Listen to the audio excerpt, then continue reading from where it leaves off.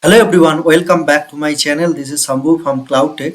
Today I am going to show you if you want to get login password for Windows EC2 instance, then how we can get it. Okay guys, basically that password is needed when you are going to connect by using RDP client on your EC2 instance. Then that password for that administrator it is required.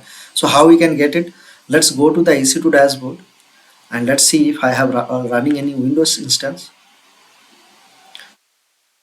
Okay, I have one Windows instance, so let's go to here, and if you see here, let's click on action and go to the security. Here is the get Windows password. One option is here.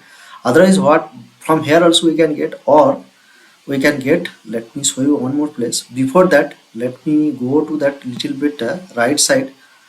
We need basically to get the password, we need that key, what the key private key is attached, or PEM key it is attached to the particular EC2 instance. So here is Abner Tucson is PEM key is attached.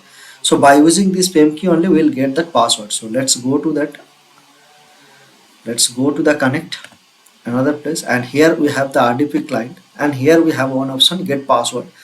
So for this particular, and username is the administrator. Okay guys, so let's get password, and here we have to upload our that PEM file. So let us upload that PEM file.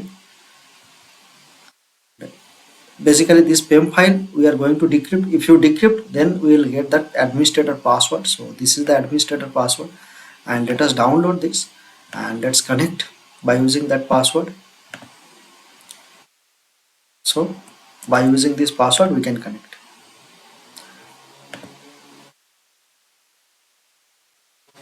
Able to connect, and we can able to get that login password also. So this is how we can get.